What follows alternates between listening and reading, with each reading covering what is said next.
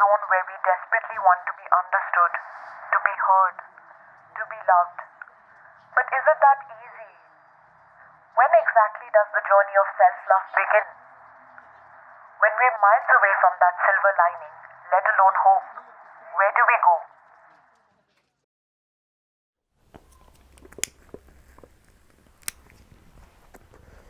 And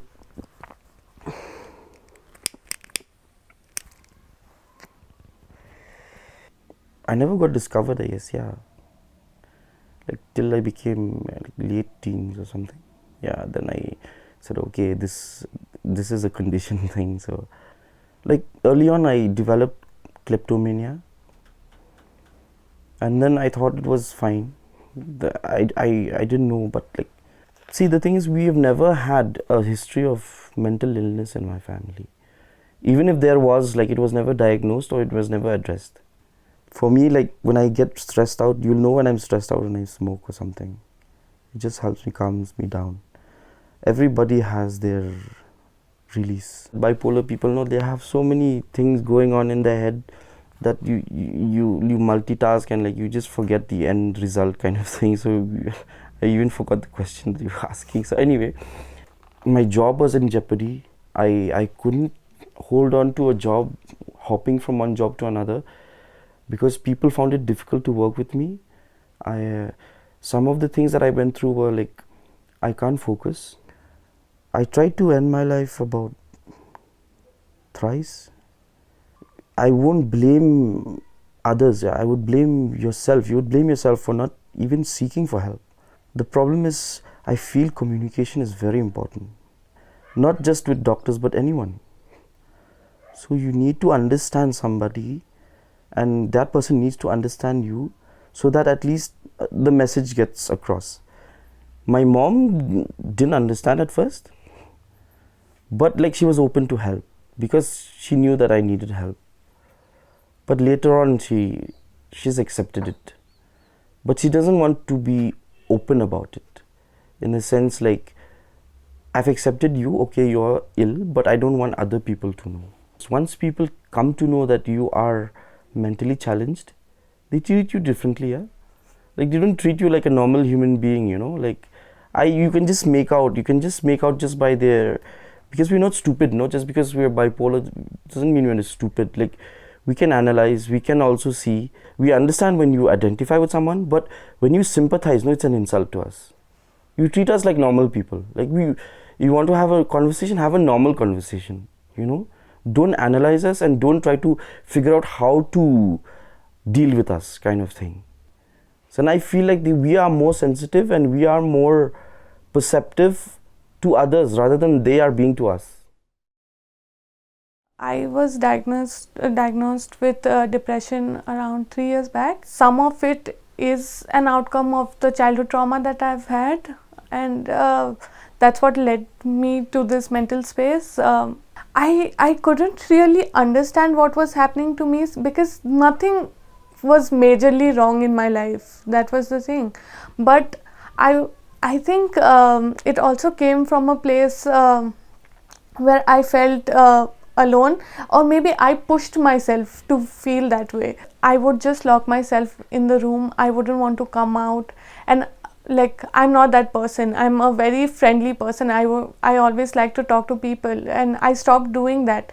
I stopped going out, and then at night around 2:30 when everybody was asleep, I actually went to my balcony thinking I'm just going to jump because nobody loves me, nobody cares, whereas I know that people were calling and I just didn't take the help. But somewhere I just took a step back and thought that, oh God, no, I'm not doing the right thing. My sister-in-law happens to be a psychiatrist, so she had seen my behavior. She could see she could clearly understand that something was wrong with me. So we got into talking, and that's when she told me that I'm going through anxiety and depression, and that's what led to my insomnia. Thankfully, I had friends who had been really supportive, who would listen to me when I had to talk, and they would give me that space.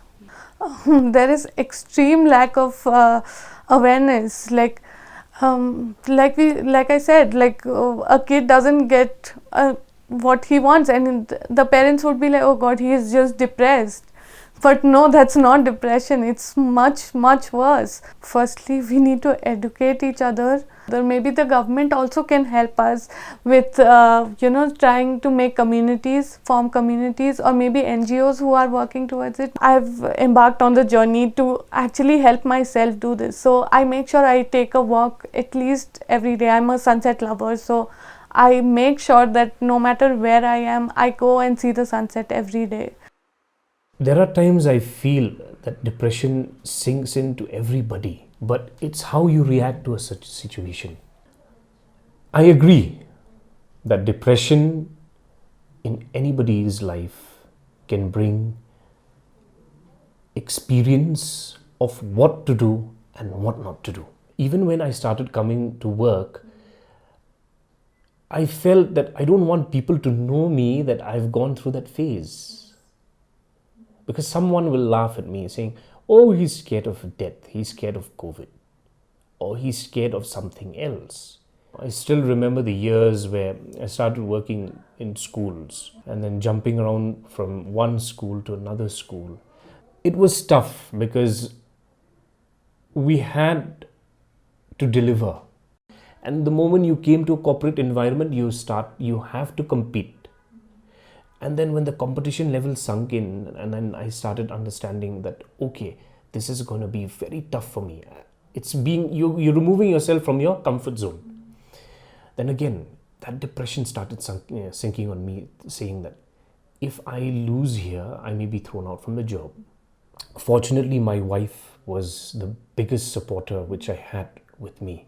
She really tried to support me from left and right, and she really understood that I was really going through a tough time.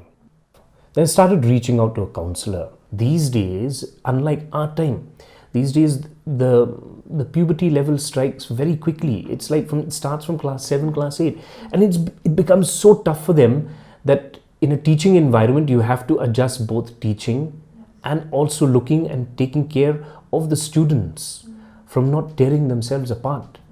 Now, when you don't have a counselor and when you don't have a specific teacher who handholds you and understand, okay, let us take this person along, let us take the student and take care of him and understand what is he going through, what is she going through.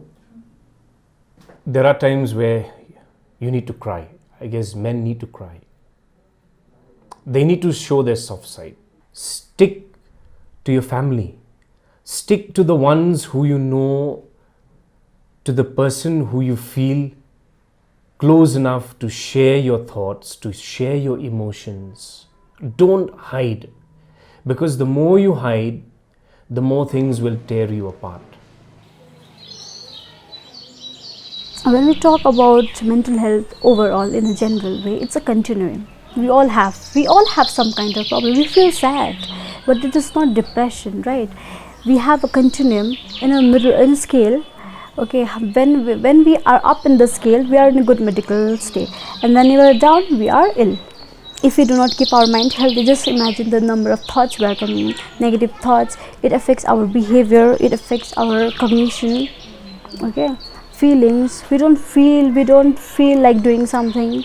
We look into mental health as a social and a cultural and a psychological point of view. Whenever we see a patient, first thing we try to do is make the person understand that he is suffering. If he is not understanding, next thing is we try to make the person understand that that the person should share it with the family. It's not just one-on-one, it's whole family. If there is a problem, we need to intervene. We need to go into family, see how the family is working, how the family is looking at the person, how the family sees the person, how the family deals with the person, how the person reacts to the family, which family members the person close with, which family member is the person tries to avoid. We need to look at the entire family structure.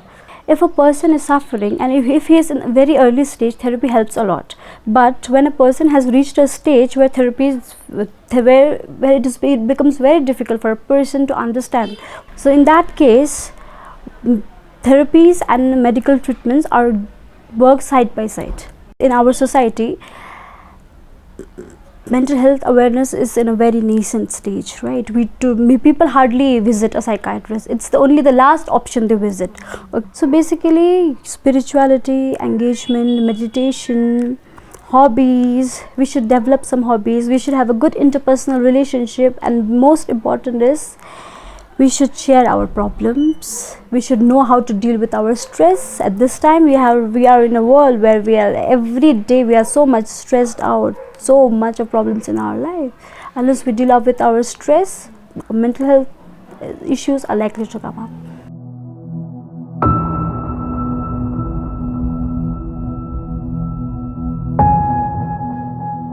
Have that one person you can go back to and talk about your feelings. It's going to be fine. You just need to be so strong. Don't let yourself, drown in these feelings, because they are not real. There's so much more. It's because you're thinking that way. Try and just change your thought. Try deep breathing, meditating, things that will help you. Try and do things that you love. Just force yourself that one time to just do things that you love, and it's going to change. You'll feel better. Reach out and get help, and there is a solution for everything. I mean, just because it's a problem does not mean it stays as a problem, and if something is not treatable, it's manageable. You can always manage what you have, and we need to vent out our feelings. Don't do it with, like what I'm doing. I smoke a lot, which is bad. But I take this opportunity to just thank my family and thank my girlfriend, and thank people who understood, friends who really supported and understood what I went through, had the, like I am what I am now is because of them. Like, they understood and they were really there. The willpower which you have will take you along, and you just need to trust God. Do not lose hope, and everything is just going to be all right.